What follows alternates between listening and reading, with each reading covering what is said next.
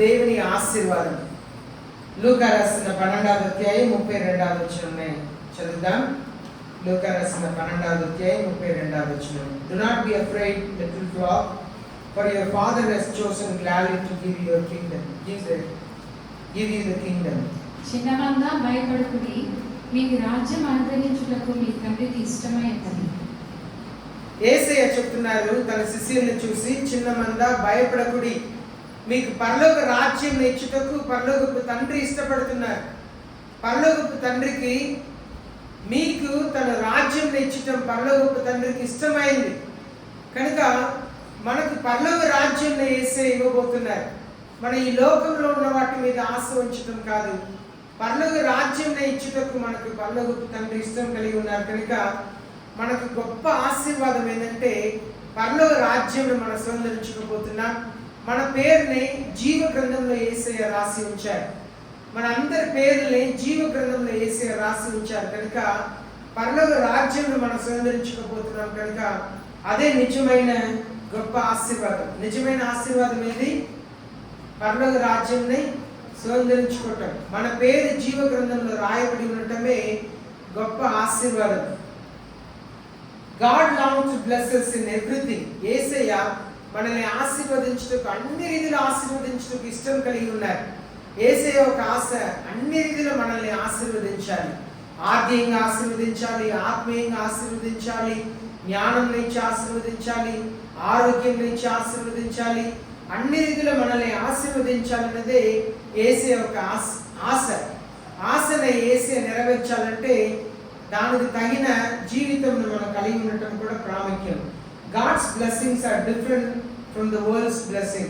ఈ లోక ఆశీర్వాదం కంటే యేసయ్య ఒక ఆశీర్వాదం వ్యత్యాసమైనది. యేసయ్య మనల్ని ఆత్మీయంగా పరిశుద్ధపరచాలని, ఆత్మీయమైన రీతిలో ఆశీర్వదించాలని ఆశపడుతున్నారు. కానీ ఈ లోకంలో ఆశీర్వాదం అంటే వస్తువులు, ఈ లోకంలో డబ్బు, వస్తువులు, ఇదే ఈ లోక ఆశీర్వాదం. ఈ లోకంలో ఉన్న ఆశీర్వాదం అంటే ఏదో టీవీలో చూడటం, మొబైల్ ఫోన్లో చూడటం, సంతోషపడటం, ఇదే ఈ లోకంలో ఉన్న ఆశీర్వాదం. కానీ పరలోకపు ఆశీర్వాదం అనేది పూర్తిగా వేరు. New covenant blessings are spiritual rather than earthly. New covenant అనగా కొత్త నిబంధన ఆశీర్వాదం అనేది పరలోక సంబంధమైన ఆశీర్వాదమే కానీ ఈ లోక సంబంధమైన ఆశీర్వాదం కాదు. ఎక్కడ కూడా యేసయ్య కొత్త నిబంధనలో ఆశీర్వాదం గురించి ఏదైనా ఒక వాక్యం చెప్తున్నారా? ఆశీర్వాదం గురించి మత్తయి రాసిన 6వ అధ్యాయంలో యేసయ్య మీ అవసరతలు అంతా కూడా తీర్చబడుతున్నాయి. ముందుగా మీ నీతిని, మీ రాజ్యాన్ని, దేవుని రాజ్యాన్ని, దేవుని నీతిని వెతుకుండి మీకు కావలసినంత అనుకరించబడని చెప్పారు. కానీ వేరే ఎక్కడైనా ఆశీర్వాదం గురించి యేసయ్య వాక్యం చెప్పారా? స్వస్థత గురించి ఎక్కడైనా వాక్యం చెప్పారా? మిమ్మల్ని అడుగుతున్నాను. ఎక్కడైనా బైబిల్ గ్రంథంలో బాగా బైబిల్ చదివే వారికి అర్థమైంది, బాగా ప్రతిరోజు బైబిల్ చదివే వారికి కొత్త నిబంధనలో యేసయ్య ఎక్కడైనా స్వస్థత గురించి వాక్యం చెప్పారా? స్వస్థపరచడం గురించి వాక్యం చెప్పారా? ఆశీర్వాదం గురించి వాక్యం చెప్పారా? లేదు. అలాంటప్పుడు ఈనాడు చర్చిలో, అన్ని చర్చెస్లో ఆశీర్వాదం గురించి ఎలా వాక్యం చెప్తున్నారు? స్వస్థతని గురించి ఎలా వాక్యం చెప్తున్నారు? యేసయ్య మాట్లాడని ఒక విషయంని సంఘాలు ఎలా మాట్లాడుతున్నాయి? బోధకులు ఎలా మాట్లాడుతున్నారు? యేసయ్య స్వయంగా స్వస్థతని గురించి ఒక్క వాక్యం కూడా బైబిల్ గ్రంథంలో చెప్పలేదు. స్వస్థతని గురించి, ఆశీర్వాదం గురించి యేసయ్య ఎక్కడ కూడా వాక్యం చెప్పలేదు. ఎన్నో ఉపమానాలు చెప్పారు. కానీ ఈనాడు ఎక్కడ చూసిన ఆశీర్వాదం గురించే వాక్యం అంతా కూడా, ఆశీర్వాదం గురించి, వాక్యం అంతా కూడా స్వస్థతని గురించి. యేసయ్య మాట్లాడని దాన్ని ఈనాడు సంఘంలో మాట్లాడుతున్నారు. అదే ప్రజలు కూడా ఇష్టపడుతున్నారు. చూడండి, యేసయ్య పరలోకపు ఆశీర్వాదం సంబంధమైన విషయాల గురించి మాట్లాడతారు కానీ లోక ఆశీర్వాదం గురించి ఎక్కడ కూడా యేసయ్య మాట్లాడలేదు. ఎక్కడ కూడా బైబిల్ గ్రంథంలో మాట్లాడలేదు. మనల్ని ఆశీర్వదించాలనేది దేవుని ఒక ఆశ. మనందరూ కూడా లోకానుసారమైన ఆశీర్వాదమే ఎదురు చూస్తున్నాం. లోకానుసారమైన రీతిలో మన అప్పులు తీర్చబడాలి, సమృద్ధి అయిన డబ్బు చేతిలో నిలవాలి, ఇదే మనం ఆశపడుతున్నాం. అది కూడా యేసయ్య ఇస్తారు. ఎప్పుడు మనం చూస్తాం ఎర్త్లీ బ్లెస్సింగ్. 3 విషయాలు నేను మీతో పంచుకుంటాను. ఒకటి భూలోకమైన సంబంధం, భూలోకమైన ఆశీర్వాదం. భూలోకమైన ఆశీర్వాదం గురించి మనం చదువుతున్నాము. మార్క్ రాసిన 5వ అధ్యాయం 11వ వచనం చదువుతాం. మార్క్ రాసిన 5వ అధ్యాయం 11వ వచనం చదువుతాం. మార్క్ రాసిన 5వ అధ్యాయం 11వ వచనం. మైక్లో చదవండి, దయచేసి మైక్లో చదవండి. అక్కడ కొండ దగ్గర మార్కు స్వార్త 5వ అధ్యాయం 11వ వచనం. అదేనా?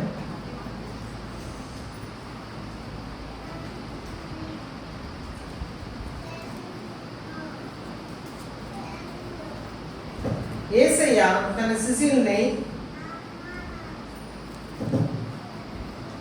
పిలుచుటకు ముందు సముద్రం దగ్గర వెళ్ళి మీ వల వేయండి అని చెప్పగా, లోతునకు వెళ్ళి వల వేయండి అని చెప్పగా ధారాళమైన చేపల్ని వాళ్ళు పట్టారు. లూకాసు వార్త 5వ అధ్యాయం,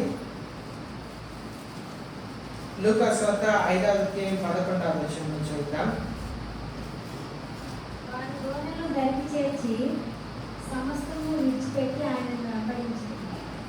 యేసయ్య వారిని చేపలు పట్టడానికి వాళ్ళని సముద్రం లోపల తీసుకెళ్తున్నారు. వల వేస్తే 2 పడవలు నిండేటట్లుగా విస్తారమైన చేపలు దొరికిందంట. దాన్ని దొరికిన తర్వాత యేసయ్య వాళ్ళని సేవకు పిలుస్తున్నారు. మీరు నా వెనక రండి, నేను మిమ్మల్ని మనుషులు పట్టే జాలలుగా చేస్తాను అని చెప్పిన వెంటనే వాళ్ళు ఏం చేశారు? బైబిల్ గ్రంథంలో సమస్తాన్ని విడిచి యేసయ్యను వెంబడించారంట. ఈనాడు ఆర్థికంగా దేవుడు ఆశీర్వదించాలంటే మనం యేసయ్యకు తిరిగి ఇచ్చే మనసు ఉండాలి. మనం ఆర్థిక లోక ప్రకారమైన ఆశీర్వాదాన్ని కోరుకుంటున్నాం, కానీ దేవునికి ఇవ్వాలనే మనసు లేదు. శిష్యులు ఎలాంటి మనసు కలిగి ఉన్నారంటే 2 పడవ నిండా చేపలు పట్టారంట, దాన్ని విడిచిపెట్టి యేసయ్యను వెంబడించారంట. ఈనాడు ఆశీర్వాదం, మనకు భూలోకమైన ఆశీర్వాదం ఎప్పుడు యేసయ్య ఇస్తారంటే విడిచిపెట్టే మనసు ఉండాలి. ఎంత యేసయ్య ఇచ్చినా కూడా దాన్ని తిరిగి దేవునికి ఇచ్చే మనసు ఉండాలి. దేవుని కొరకు దాన్ని తిరిగి ఇచ్చే మనసు ఉండాలి. అప్పుడు మాత్రమే యేసయ్య ఆశీర్వదిస్తారు. ఈనాడు చాలా మందిని యేసయ్య ఆశీర్వదిస్తున్నారు. పాత నిబంధనలు మనం చూస్తున్నాము. యోబు ధనవంతుడు, అబ్రహాం ధనవంతుడు, యాకోబు ధనవంతుడు, యోసేపు ధనవంతుడు. చాలా మందిని ధనవంతుడిగా చేశారు. పెద్ద పెద్ద గొప్ప ఉద్యోగం, దానియేలంతా కూడా దేశంలో గొప్ప ఉద్యోగంలో ఉన్నారు. ఎస్రా, నెహెమియా వీళ్ళందరూ కూడా గొప్పవారుగా మనం చూస్తున్నాం. ఎస్తేర్ జీవితంలో చూస్తే గొప్ప స్థితిలో ఉన్నారని మనం చూస్తున్నాం. యేసయ్య ఈ లోకానుసారంగా ఆశీర్వదిస్తారు, కానీ మన యేసయ్యకు తిరిగి ఇచ్చే మనసు ఉండాలి. ఆస్తి మీద ఆస్తి సమకూర్చి పెట్టుకొని మనం ఏమి చేయలేము. దేవునికి ఇచ్చే మనసు లేనప్పుడు మనం అన్ని కలిగి ఉండవచ్చు, కానీ యేసయ్యకు తిరిగి ఇచ్చే మనసు ఉన్నప్పుడు మాత్రమే యేసయ్య మనల్ని ఆశీర్వదిస్తాడు. కష్టం కష్టం కష్టం మనం చెప్పుకుంటా ఉంటే కష్టం ఎప్పుడు కూడా జీవితంలో ఉంటానే ఉండిద్ది, కానీ ఆ కష్టం మధ్యలో కూడా దేవునికి ఇవ్వాలి. దానికే చాలా మంది వచ్చి కాணிక ఇచ్చారంట. ఒక పేద విధవరాలు 2 కాసిస్తే అందరికంటే ఈమె ఎక్కువ ఇచ్చింది అంటున్నారు యేసయ్య. కారణం ఏంటంటే ఆమె కష్టంలో తీసి ఇచ్చింది, ఆమె లేబిడిలో దేవునికి ఇచ్చింది. మన లేబిడిలో దేవునికి ఇవ్వటం నేర్చుకోవాలి, మన కష్టంలో దేవునికి ఇవ్వటం నేర్చుకోవాలి. అప్పుడు మాత్రమే యేసయ్య ఆశీర్వదిస్తారు. లేకపోతే మనం సంపాదించేది అంతా కూడా చిల్లు చెంచులు వేసినట్లుగా ఏమి నిలవట్లేదని మనం చూస్తున్నాం. కనుక ఈ లోకానుసారంగా మనం ఆశీర్వదించాలంటే దేవునికి ఇచ్చే మనసు, ధారాళమైన మనసు ఉండాలి. యోహాను రాసిన 2వ అధ్యాయం 7వ వచనంలో చదువుదాం. యోహాను రాసిన 2వ అధ్యాయం 7వ వచనం. యేసయ్య ఎప్పుడు ఆశీర్వదిస్తున్నారంటే మన సమస్తము ఖాళీ అవ్వాలి. మన దగ్గర ఏమీ లేనప్పుడు దేవుడు మనల్ని ఆశీర్వదించడం మొదలు పెడతారు. యోహాను సువార్త 2వ అధ్యాయం 7వ వచనంలో చదువుతున్నాము. యేసు ఆ బాణలు నీళ్ళతో నింపుడని వారితో చెప్పగా వారి వాటిని అంచుల మట్టుకు నింపిరి. చూడండి, ఇక్కడ మనం చూస్తున్నాము వాళ్ళ దగ్గర ద్రాక్షరసం పూర్తిగా తీరిపోయింది.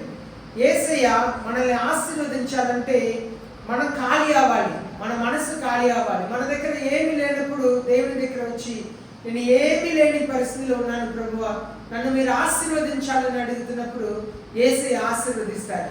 ఏమీ లేని పరిస్థితికి మనం రావాలి. అక్కడ మనం చూస్తున్నాము, ఆ కానా పెళ్లి విందులో ద్రాక్షరసం పూర్తిగా అయిపోయింది. పూర్తిగా అయిపోయినప్పుడే యేసయ్య దగ్గర వచ్చి వాళ్ళు అడుగుతున్నారు, అయ్యా ద్రాక్షరసం తీరిపోయింది, మాకు ఆశీర్వాదం కావాలి. మనం లేమిటిలో యేసయ్యని అడగాలి, నన్ను ఆశీర్వదించండి ప్రభువా, నాకు మీ ఆశీర్వాదం కావాలి తండ్రి అని మన కష్టంలో వచ్చి అడగాలి. దేవుని ఆశీర్వాదం నిశ్చయముగా మనం పొందుకుంటాం. కనుక దేవుని సన్నిధిలో మనం ప్రార్థన చేయాలి. నన్ను ఆశీర్వదించండి ప్రభువా, నాకు మీ కృపను దయచేయండి ప్రభువా, అయ్యా నేను కష్టంలో ఉన్నాను, నేను అప్పులో ఉన్నాను. దేవుని సన్నిధిలో భారముతో ప్రార్థన చేయాలి. ప్రతిదినం కూడా ప్రార్థన చేయాలి.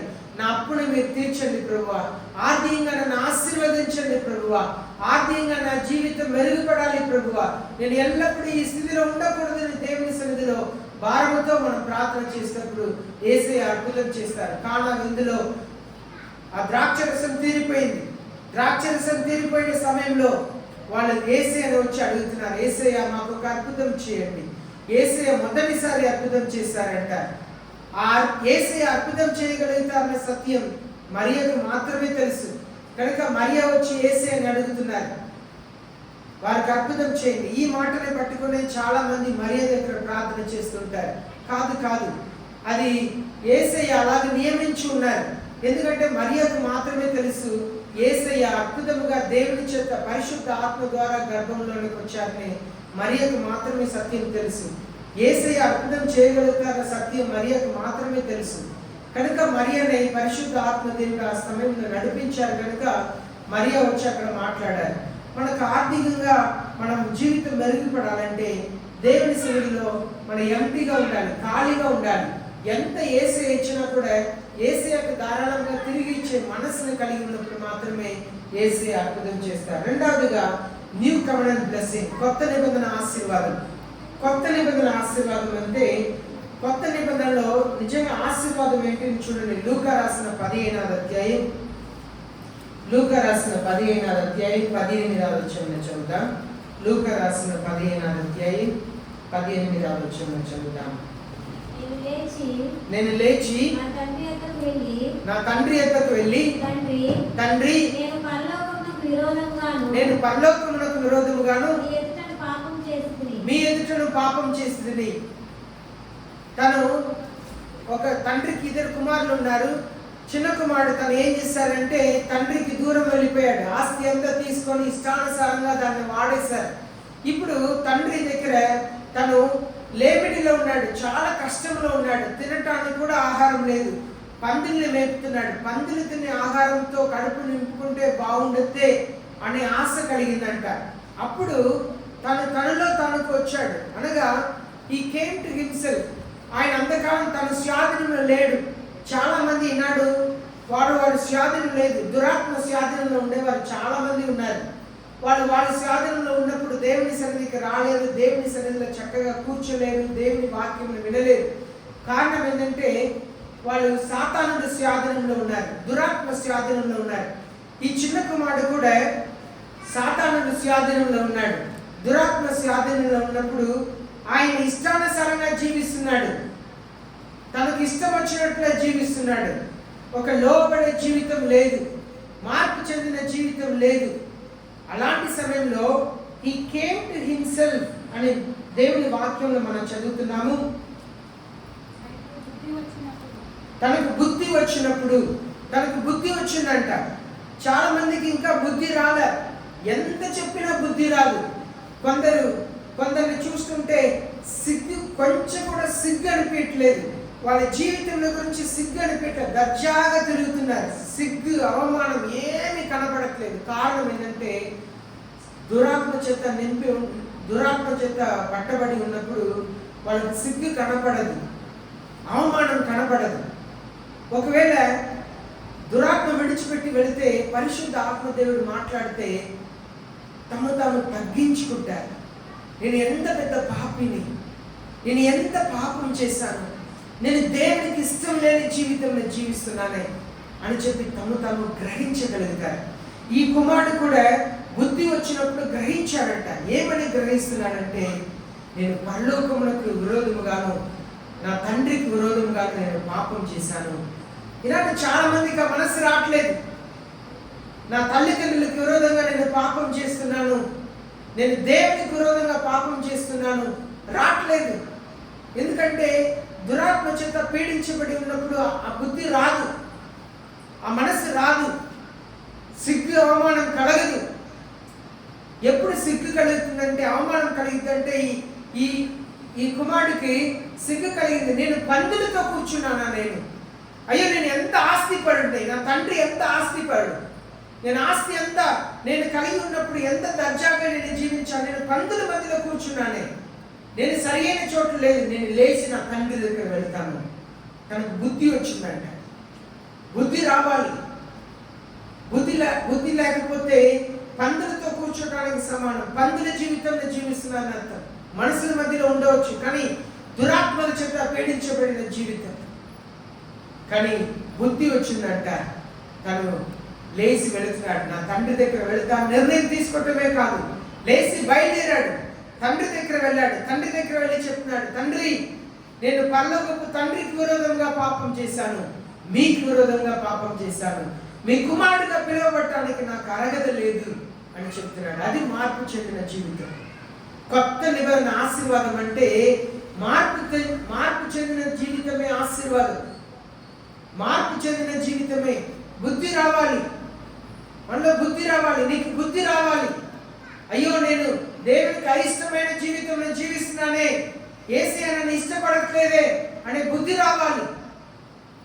రెండవదిగా మనం చూస్తున్నాము, లూకా రాసిన 19వ అధ్యాయం 8-9 వచనంలో చదువుదాం.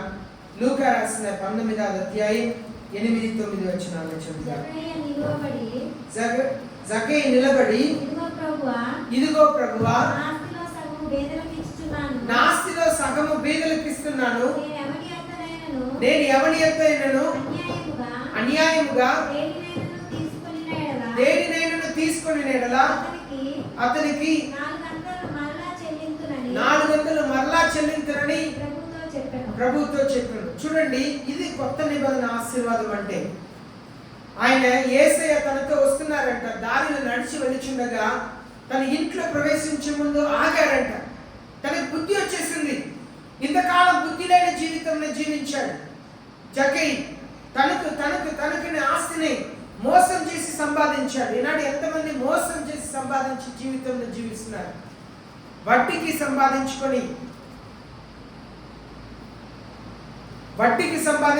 జీవిస్తున్న క్రైస్తవులు ఉన్నారు. వడ్డీకి సంపాదిస్తున్న క్రైస్తవులు ఉన్నారు. బుద్ధి లేని వారు, సాతాను చేత పీడించబడిన స్థితిలో ఉన్నవారు.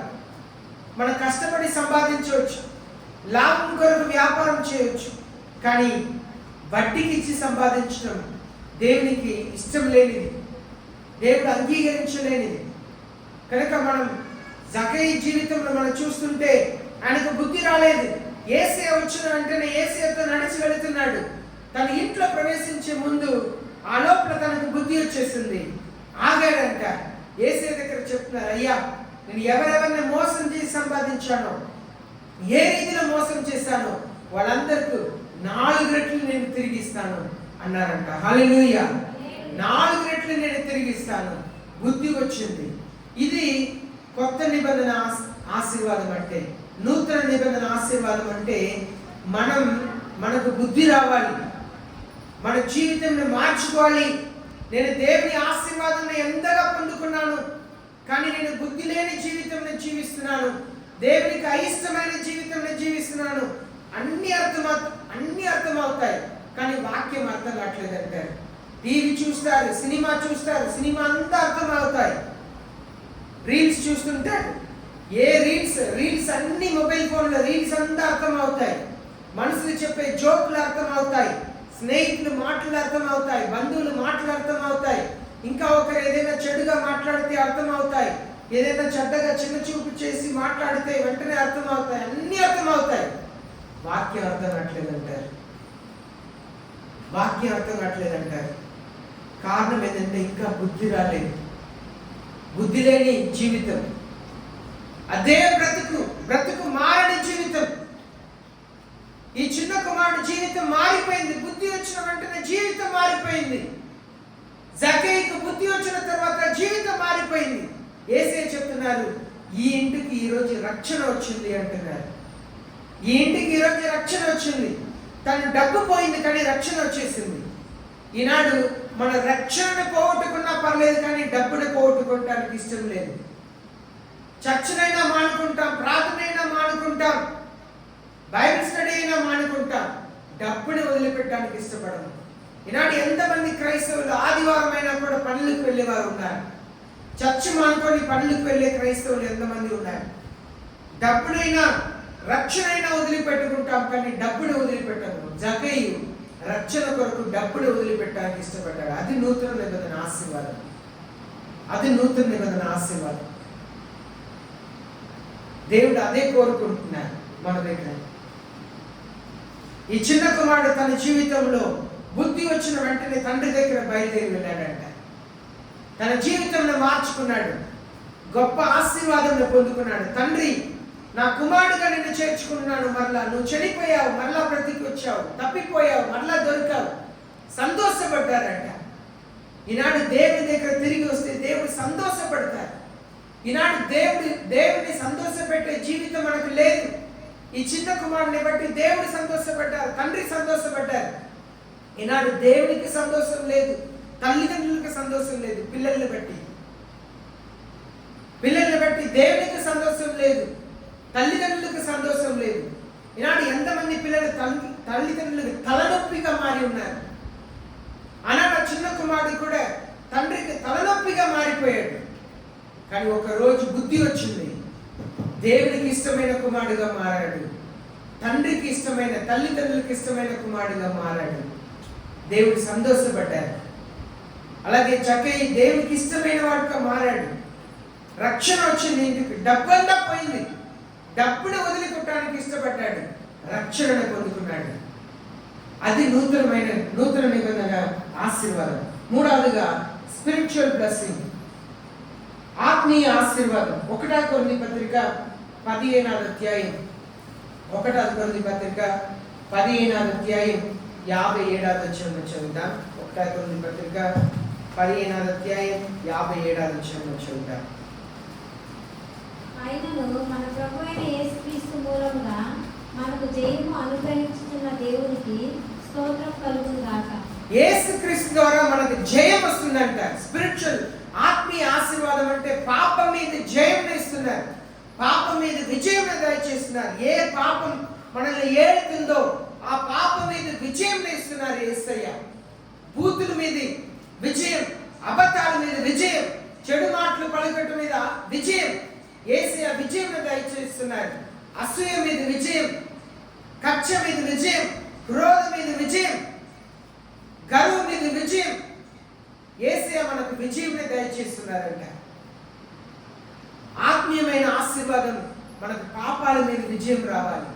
ఇంకా ఎంతమందిని మీ పాపం ఏలుతుంది, పాపం చేత ఏలబడుతున్న జీవితం. మన జీవితంలో హృదయ శుద్ధి కావాలి. హృదయ శుద్ధి కలిగిన వారు ధన్యులు, వారు దేవుని చూచుదని దేవుని వాక్యంలో రాయబడి ఉన్నది. యేసయ్య చెప్పారు ఈ మాటను, స్వేగా యేసయ్య చెప్పారు. హృదయ శుద్ధి కావాలి. హృదయ శుద్ధి కావాలంటే ఈరోజు మనం ధ్యానించాము, విభచార పాపంని గురించి మనం ధ్యానించాము, దేవునికి అయిష్టమైన పాపంని గురించి మనం ధ్యానించాము. మనకు రావాలి, మనకు హృదయ శుద్ధి కావాలి. పాపం మీద విజయం దేవుడు దయచేస్తున్నారంట. God gives victory over sins. పాపం మీద విజయం దయచేస్తున్నారు. రోమిలికి రాసిన 6వ అధ్యాయం 14వ వచనం చదువుతున్నాం. మీరు కృప కింద ఉన్నారు కనుక పాపం మిమ్మల్ని పరిపాలన చేయదు అని చెప్పి రాయబడి ఉన్నది. Sins are not overcome you, for you are not under the law but under the grace. మీరు కృపకే కానీ ధర్మశాస్త్రములకు లోనైన వారు కాదు కనుక పాపం మీ మీద ప్రభుత్వం చేయదు. కొందరికి లోకానుసారమైన పాపంని మనం మానేస్తాం. మందు తాగట్లేదు, పొగ తాగట్లేదు, విభచారం చేయట్లేదు, ఇంకా బూతులు మాట్లాడట్లేదు, చెడు మాటలు మాట్లాడట్లేదు. కానీ హృదయంలో కొన్నిసారి అసూయ వస్తుంది, కోపం వస్తుంది, ఖర్చు వస్తుంది. మన హృదయంలో ఉన్న పాపంని జయించాలి. లోకానుసారమైన పాపం అంతా జయించాలి. ఇంకా సినిమాకి వెళ్ళట్లేదు, చెడ్డవి చూడట్లేదు, అన్ని మానేస్తాం. లోకానుసారమైన పాపములు అంతా మానేస్తాం. హృదయంలో ఉన్న పాపముతో మనం పోరాడుతున్నాం. హృదయంలో ఉన్న పాపం మీద కూడా దేవుడు విజయం దయచేస్తారు. దానికి యేసయ్య మనకు విజయం దయచేస్తున్నారు. ఆత్మీయ ఆశీర్వాదం అంటే పాపంని జయించే జీవితం. నేను పాపంని జయించాను. ఒకప్పుడు నాకు అసూయ ఉండేది, ఒకప్పుడు క్రోధం ఉండేది, ఒకప్పుడు కోపం ఉండేది, ఒకప్పుడు చిరాకు ఉండేది. చిరాకు పాపం. కొన్నిసారి నేను చూస్తుంటాను, పిల్లలు తల్లిదండ్రులతో చిరాకుతో మాట్లాడుతారు. తల్లిదండ్రులు చెప్తుంటారు, చర్చి పెడుతున్నావు కదయ్యా, నువ్వు చర్చి పెడుతున్నావు కదా, మారు మనసు రావట్లేదే. చర్చికి వస్తున్నారు కానీ మారు మనసు రావట్లేదు. కారణం ఏంటంటే దురాత్మల చేత పీడించబడిన జీవితం. బైబిల్ చదువుతారు, బైబిల్ చదవరు, ప్రార్థన చేయరు. సాతానుడు స్వాధీనంలో ఉన్న పిల్లలు ఎంతమంది ఉన్నారు? సాతానుడు స్వాధీనంలో ఉన్న పిల్లలు ఎంతమంది ఉన్నారు? బైబిల్ చదవరు, ప్రార్థన చేయరు, ఇంట్లో మోకాళ్ళ మీద నిలబడరు, తల్లిదండ్రులకు లోబడరు, కానీ చర్చికి వస్తుంటారు. మనకు ఆత్మీయ జీవితంలో విజయం కావాలంటే, ఆత్మీయ ఆశీర్వాదం పొందుకోవాలంటే దేవుని వాక్యం చదవాలి, ప్రార్థన చేయాలి, తల్లిదండ్రులకు లోబడాలి, పెద్దవాళ్ళు దేవునికి లోబడాలి. ఒకవేళ వాక్యం చదవటం రావట్లేదంటే ప్రార్థన చేయాలి. నేను ప్రతిరోజు పురుషుల గ్రూప్లో ఒక అధ్యాయాన్ని పెడుతున్నాను. దాన్ని చర్చ్ గ్రూప్లో కూడా పెడుతున్నాను. ఒక 3 నిమిషాలు మాత్రమే పట్టింది ఒక అధ్యాయం వినుటకు. చదువుటకు టైం అయింది కానీ వినుటకు 3 నిమిషాలు మాత్రమే పడతాయి. ఒక 3 నిమిషాల్లో ఒక అధ్యాయం వినవచ్చు. ప్రతిరోజు పెడుతున్నాను, ఒక్కొక్క అధ్యాయం పెడుతున్నాను. వాట్సాప్ గ్రూప్లో ఒక్కొక్క అధ్యాయం చదువు రాని వారు వినవచ్చు కదా. మీరు దేవునికి లెక్క చెప్పాలి, దేవునికి లెక్క చెప్పాలి. ఆత్మీయ ఆశీర్వాదం అంటే పాపం మీద విజయం కలిగి ఉండటమే ఆత్మీయ ఆశీర్వాదం. పక్షపాతం మీద విజయం కలగాలి. ఈనాడు ఎంతమందికి పక్షపాతం ఉంది? పిల్లల మీద ఒక కొడుకు ఇష్టపడతారు, ఇంకా ఒకరిని ఇష్టపడరు. ఒకవేళ దుష్ట జీవితం జీవిస్తున్న బిడ్డని బట్టి పిల్లలు తల్లిదండ్రులు బాధపడుతున్నారంటే దాంట్లో తప్పు లేదు. ఎందుకంటే వాళ్ళు ఇంకా మారు మనసు పొందలేదు, దుఃఖపడుతున్నారని అర్థం. కానీ పిల్లలు మంచిగా ఉన్నప్పుడు పక్షపాతం కలిగి ఉండటం పాపం. దాని మీద చాలా మంది తల్లిదండ్రులకు విజయం లేదు. మనం మీ గురించి మాత్రమే చెప్పట్లేదు. చాలా మంది క్రైస్తవ తల్లిదండ్రులకి పక్షపాతం కలిగిన హృదయం కలిగి ఉన్నారు. ఒక్కరికి చేయటం, మిగిలిన వారిని వదిలిపెట్టడం, అలాంటి వారు చాలా మంది ఉన్నారు. అది పాపం. విజయం కావాలి, దేవుని సన్నిధిలో విజయం కావాలి. రెండవదిగా హెబ్రీయులకు రాసిన 10వ అధ్యాయం 22వ వచనం. హెబ్రీయులకు రాసిన 12వ అధ్యాయం 22వ వచనం.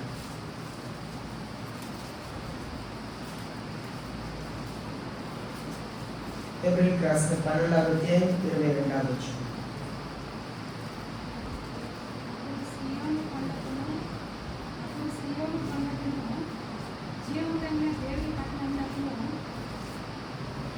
అప్పుడు సీయోను కొండకును జీవగల దేవి పట్టణమునకును అనగా పరలోక యెరూషలేమునకును వేవేల దేవదూతల యొద్దకును పరలోకమందు రాయబడిన జ్యేష్ఠ సంఘమునకును వారి మహోత్సవమునకును అందరి న్యాయాధిపతి అయిన దేవుని యొద్దకును సంపూర్ణ శుద్ధి పొందిన నీతిమంతుల యొద్దకును. నేను టైప్ చేస్తున్నప్పుడు మిస్టేక్ చేస్తున్నాను. నాకు అంత మెమరీ లేకపోవటం వల్ల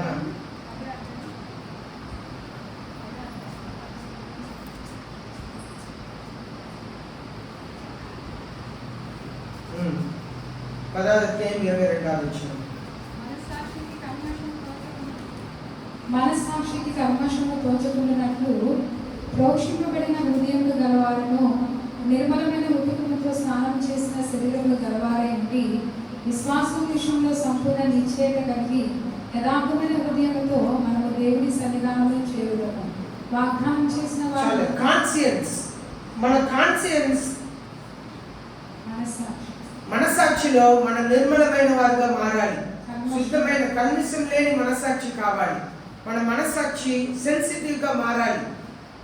సెన్సిటివ్ అయిన మనస్సాక్షిగా, కాన్షియన్స్గా మారాలి. మన కాన్షియన్స్లో సెన్సిటివిటీ రావాలి. చిన్న చిన్న పాపం చేసినా కూడా నేను దేవునికి విరోధంగా చేస్తున్నాను, దేవునికి అయిష్టమైనది చేస్తున్నాను మారు మనసు కలగాలి. చిన్న చిన్న విషయమైన కాన్షియన్స్లో సెన్సిటివ్గా మారాలి. ఈనాడు ఎంత వాక్యం విన్నా కూడా మార్పు కలగట్లేదు. ప్రజలు ఇష్టానుసారంగా జీవిస్తున్నారంటే పరిశుద్ధ ఆత్మదేవుని కలిగి ఉంటే వాళ్ళు అలా ఉండలేరు.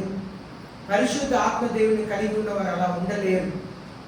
అపవాది చేత పీడించబడి ఉంటేనే మాత్రమే వాళ్ళు ఎంత వాక్యం విన్నా కూడా పరిశుద్ధ ఆత్మదేవుడు అక్కడ కార్యం చేయలేరు.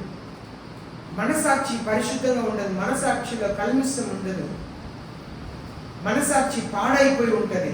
మన మనసాక్షిలో సిద్ధం కావాలి. మనసాక్షిలో మనసాక్షి పరిశుద్ధంగా ఉండాలి. యేసయ్య మనల్ని అంగీకరించే మనసాక్షిని కలిగి ఉండాలి. యేసయ్య చెప్పినట్లుగా మన పరిశుద్ధమైన జీవితం కలిగి ఉండాలంటే, శుద్ధమైన జీవితం కలిగి ఉండాలంటే అది క్రైస్తవులకు మాత్రమే సాధ్యం. ఈ లోకంలో యేసయ్య ఇతరుల్ని క్షమించమన్నారు, యేసయ్య ఇతరుల్ని అంగీకరించమన్నారు, ఇతరుల్ని ప్రేమించమన్నారు. ఇదంతా కూడా క్రైస్తవులు మాత్రమే చేయగలుగుతారు. మన శత్రువుల్ని ప్రేమించమన్నారు, మిమ్మల్ని హింసించే వారి కొరకు ప్రార్థన చేయమన్నారు యేసయ్య. కనుక మనసాక్షి మనకు పరిశుద్ధంగా ఉండాలి. మనసాక్షి మనల్ని తీర్పు తీర్చకూడదు. మనసాక్షి మనల్ని తీర్పు తీరుస్తున్నదంటే మన దేవునికి అయిష్టమైన జీవితం జీవిస్తున్నామని అర్థం. దేవుని సన్నిధిలో మనం ప్రార్థన చేయాలి. అయ్యా, శుద్ధమైన హృదయం నాకు దయచేయండి ప్రభువా, శుద్ధమైన మనసాక్షిని నాకు దయచేయండి. నేను దేవుని సన్నిధిలో ప్రార్థన చేయాలి. మన లూకా రాసిన 16వ అధ్యాయం 19 నుండి 31 మనం చూస్తే లాజరుని గురించి, అలాగే ధనవంతుని గురించి మనం చూస్తున్నాం. ధనవంతుడు అన్ని కలిగి ఉన్నాడు, లాజరు ఏమీ లేనివాడుగా ఉన్నాడు. కానీ దేవుడు లాజరుని చూస్తూ ఉన్నాడు. ఆయన లేమిడిలో లాజరు దేవుడికి ఇష్టం కలిగిన మనసుని కలిగి ఉన్నాడు. కనుక ఆయన మరణిస్తే దేవదూతల్ని పంపించి లాజరుని ఎత్తుకొని రమ్మని చెప్పారంట. అబ్రహాం దగ్గర కూర్చోబెట్టారంట. కారణం ఏంటంటే దేవుని చేత అంగీకరించబడాలి. మన దేవునికి ఇష్టమైన జీవితంలో జీవించాలి. ధనవంతుడు తను ఇష్టానుసారంగా జీవించాడు, కానీ లాజరు పేదరికంలో ఉన్నాడు, కానీ దేవునికి ఇష్టమైన జీవితంలో జీవించాడు. నువ్వు ఎవరికి ఇష్టమైన జీవితంలో జీవిస్తున్నావు? నిన్ను నువ్వు ఇష్టపరచుకునే జీవితంలో జీవిస్తున్నావా, లేదు దేవుని ఇష్టపరిచే జీవితంలో నువ్వు జీవిస్తున్నావు అని ఆలోచన చేయాలి. అప్పుడే నువ్వు దేవుని చేత ఆశీర్వాదాన్ని పొందుకుంటామని దేవుని వాక్యం సెలవిస్తుంది. మనం హెబ్రీ పత్రిక 10వ అధ్యాయం 22వ వచనంలో చదివినట్లుగా, let us draw near with a sincere heart in full assurance of faith. మన మంచి మనసుతో దేవుని సన్నిధిలో చేరాలి. having our hearts sprinkled clean from evil conscience. మన మనసాక్షి చెడ్డ మనసాక్షి నుండి మనం ప్రక్షాళన చేయబడాలి. our bodies washed with pure water. అనగా వాక్యం చేత ఉదక స్నానం చేయబడాలి. వాక్యం వింటున్నప్పుడు మనం మారు మనసు పొందాలి. అయ్యో, నా జీవితంలో ఫలానా విషయంలో నేను ఇలా ఉంటున్నానే, నేను మారాలి, నేను యేసయ్యని ప్రేమించాలి, నేను ప్రార్థన చేసే వ్యక్తిగా మారాలి, నేను వాక్యం చదివే వ్యక్తిగా మారాలన్న ఆశ జీవితంలో కలగాలి. నేను దేవునికి ప్రాధాన్యత ఇవ్వాలి, నేను దేవుని ప్రేమించాలి. నేను ఎప్పుడు కూడా దేవుని ప్రేమించే జీవితం నేను జీవించాలి. ఎందుకంటే ఒకే ఒక జీవితం. యేసయ్య చాలా త్వరగా రాబోతున్నారు. యేసయ్య త్వరగా రాబోతున్నారు. ఎవరు ఊహించలేని సమయంలో యేసయ్య రాబోతున్నారు. ఎవరు ఊహించలేని సమయంలో యేసయ్య రాబోతున్నారు. యేసయ్య వచ్చినప్పుడు ఎత్తబడే సంఘంలో నువ్వు నేను ఉండాలంటే, ఎత్తబడే సంఘంలో నువ్వు నేను ఉండాలంటే కొత్త నిబంధన ఆశీర్వాదం మనకు కావాలి. ఆత్మీయ ఆశీర్వాదం మనకు కావాలి. లోకానుసరమైన ఆశీర్వాదం మనకు కావాలి. కానీ విడిచిపెట్టే మనస్సు ఉండాలి. దేవునికి ఇచ్చే మనస్సు ఉండాలి. అదే మనం చూస్తున్నాం. లోక ఆశీర్వాదంలో మనం చూస్తున్నాం. ఎంతో ఆశీర్వాదం కొరకు జక్కయి డబ్బుని పోగొట్టుకోవటానికి ఇష్టపడ్డాడు, కానీ రక్షణని పొందుకోవటానికి సంతోషపడ్డాడు. తను డబ్బుని పోగొట్టుకోవటానికి డబ్బు గురించి లెక్క చేయలేదు. డబ్బు పోయినా పర్లేదు, యేసయ్య ఇంటికి రక్షణ వచ్చిందని చెప్పారు. రక్షణని కాపాడుకున్నారు. నువ్వు రక్షణని కాపాడుకోవటానికి ప్రయత్నం చేస్తున్నావా? నీ డబ్బుని కాపాడుకోవటానికి ప్రయత్నం చేస్తున్నావా? పేతురు తనతో ఉన్నవారు యేసయ్య 2 పడవ నిండా చేపలు ఇచ్చారు. వాళ్ళ మనసు వెంటనే యేసే పిలిచిన వెంటనే అలా వదిలిపెట్టేసి యేసేని వెంబడించారంట. ఎలాంటి మనసు నీకుంది? నువ్వు వాక్యం వింటున్నప్పుడు పరిశుద్ధ ఆత్మదేవుడు నీతో మాట్లాడుతున్నారా? లేదు నువ్వు ఏదో ఒక ఆలోచనలో ఉన్నావా? ఏదో ఒక ఆలోచన. పరిశుద్ధ ఆత్మదేవుడు నీతో మాట్లాడనికుండా, పరిశుద్ధ ఆత్మదేవుడు మాట్లాడితేనే బుద్ధి వస్తాయి. పరిశుద్ధ ఆత్మదేవుడు మాట్లాడితేనే బుద్ధి వస్తాయి. పరిశుద్ధ ఆత్మదేవునికి నువ్వు మనసుని ఇస్తున్నావా? ఆలోచన చేస్తాను. నిజమైన ఆశీర్వాదం పాపం లేని జీవితం జీవించటం, పాపం మీద విజయం కలిగి ఉండటం, అదే నిజమైన ఆశీర్వాదం. పాపం మీద మనకు విజయం రావాలి, అదే నిజమైన ఆశీర్వాదం. ధనవంతుడు ఆయన ఈ లోకంలో అన్ని ఆశీర్వాదాలను కలిగి ఉన్నాడు, కానీ దేవుని ఆశీర్వాదం తన పైన లేదు. కానీ లాజరు పైన దేవుని ఆశీర్వాదం ఉంది. ఈ లోక ఆశీర్వాదం ఏమి లేదు. లోకంలో ఆరోగ్యం లేదు, మంచి ఆహారం లేదు, ప్రేమించే మనుషులు లేదు, ఉండటానికి ఇల్లు లేదు. ఈ లోక ఆశీర్వాదం ఏది లేదు. కానీ పరలోక ఆశీర్వాదం, దేవుని ఆశీర్వాదం తన పైన ఉన్నది కనుక తను మరణించిన వెంటనే దేవదూతలు వచ్చి ఎత్తుకొని వెళ్ళారంట. కనుక మనకు పరలోక ఆశీర్వాదం ఉండాలి. యేసయ్య వచ్చినప్పుడు దేవదూతలు వచ్చి మనల్ని ఎత్తుకొని వెళ్ళాలి, తీసుకొని వెళ్ళాలి. మనందరికీ యేసయ్య దేవదూతలు ఇచ్చి ఉన్నారు. మనందరికీ యేసయ్య దేవదూతలు ఇచ్చి ఉన్నారు. యేసయ్య వచ్చినప్పుడు మనతో ఉన్న దేవదూతలు మనల్ని తీసుకొని వెళ్తారంట.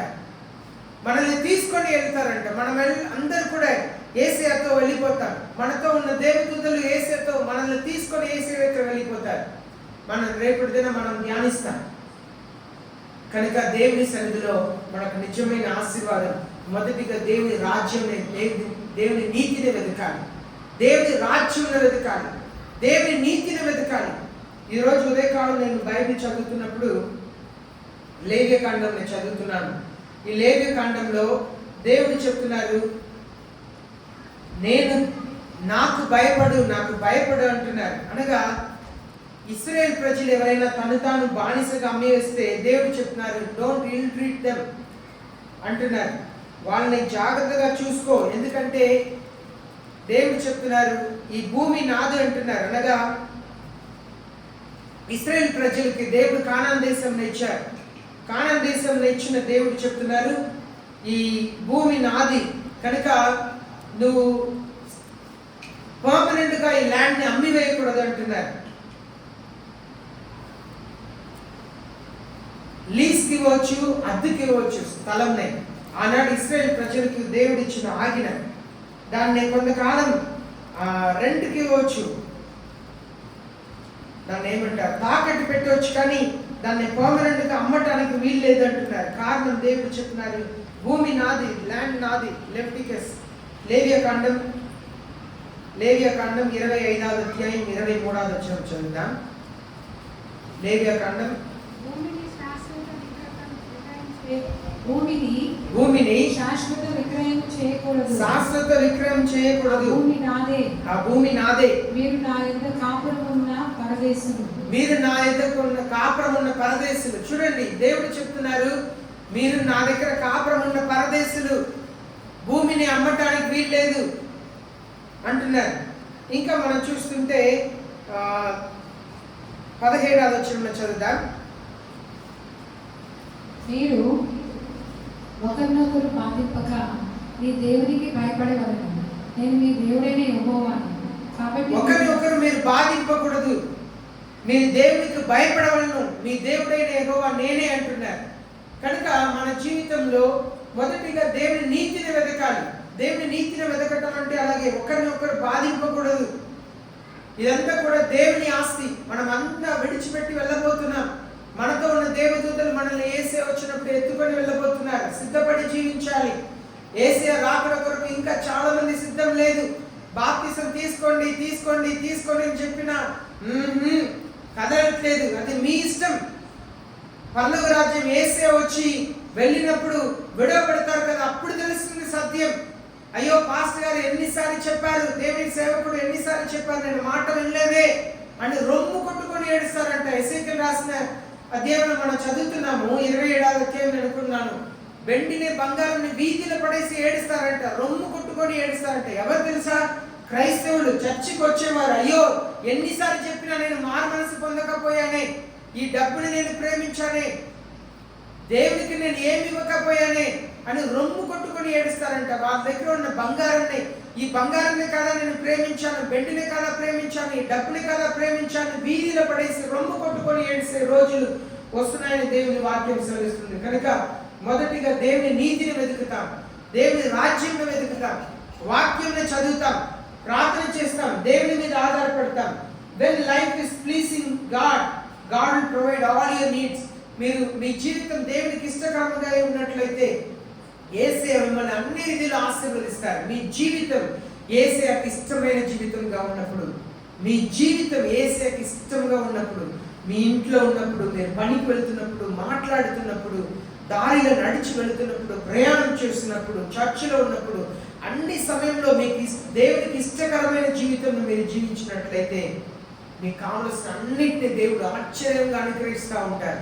అద్భుతాల మీద అద్భుతాలు చేస్తుంటారు.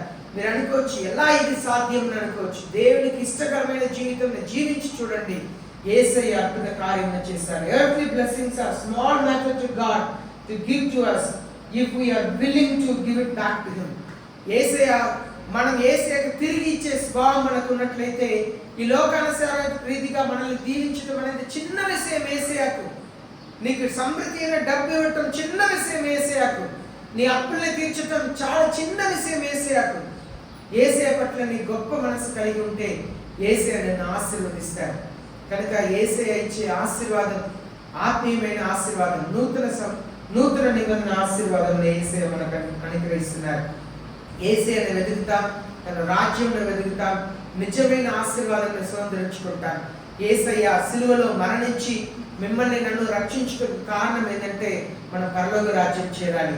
యేసయ్య వచ్చినప్పుడు ఎత్తబడాలి. దానికే యేసయ్య మరణించారు. మన పాపం కొరకు, మన చేసిన పాపం మీద విజయం ఇవ్వాలని యేసయ్య మరణించారు. యేసయ్య సిలువ మీద మరణించడానికి కారణం పాపం మీద విజయం తీసుకురావాలి, పాపమునకున్న అధికారాన్ని ఎరగొట్టాలి. కనుక యేసయ్య నీ కొరకు నా కొరకు మన పాపములను జయించుటకు సిలువ మీద మరణించారు. యేసయ్య త్వరలో తిరిగి రాబోతున్నారు.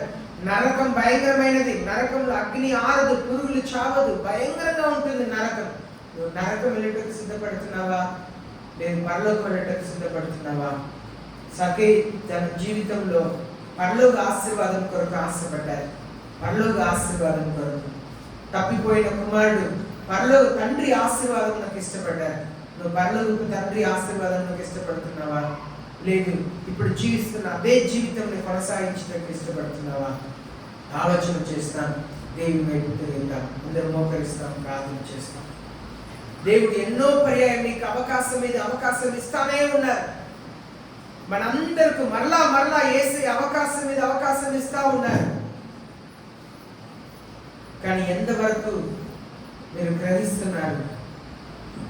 యేసయ్యకు మీ జీవితాన్ని సమర్పించండి.